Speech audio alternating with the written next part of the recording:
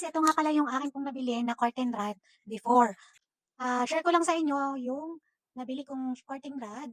So ito po ay, ang nilalagay ko dito ay blackout curtain. So kahit gaano siya kabigat, hindi siya nababaluktot. Hindi nababaluktot yung ating curtain rod. And ang kagandahan niyan, adjustable na po yan. And yan, as you can see po, meron ditong towel na nakalagay. And kahit siya ay inyong lagyan ng hanger, hindi siya nababaluktot. Matibay yung pagka-rod niya. And kapag bumili kayo niyan, set na, meron ng curtain bracket, and meron na siyang curtain rod, meron ng curtain bracket, and meron na ding cup, yung nasa dulo. So yung curtain rod na yan, so napakamura niya, napaka-affordable na.